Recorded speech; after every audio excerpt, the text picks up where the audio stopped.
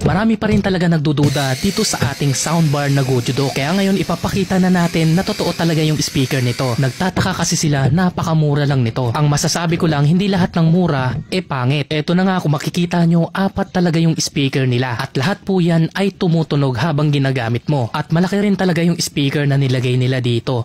Kung mapapansin nyo, 4 po yung koneksyon niya dito ng wire at papunta po siya dito sa maliit na speaker. Pati itong kabila ay ganun din po ang ginawa sa kanya. Meron din siyang connection na wire papunta dito sa maliit na speaker. At naglagay rin sila ng 2 capacitor dito para mas maganda yung tunog. Kasi kung wala yan, sasabog yung tunog ng maliliit na yan. At ito pa ang matinding natuklasan ko dito. Ang 2 malaking speaker na to ay 15 watts kaya 30 watts na tong 2.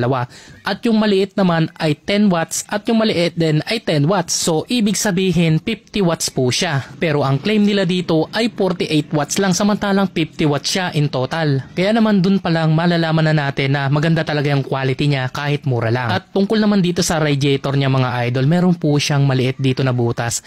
Diyan po lumalabas yung kanyang ugong at dito po yan lumalabas sa mga maliliit na butas niya para mas maganda yung kanyang tunog. Kaya naman worth it na worth it talaga tong soundbar ng Gojodoc. O siya, yun lamang po. Salamat!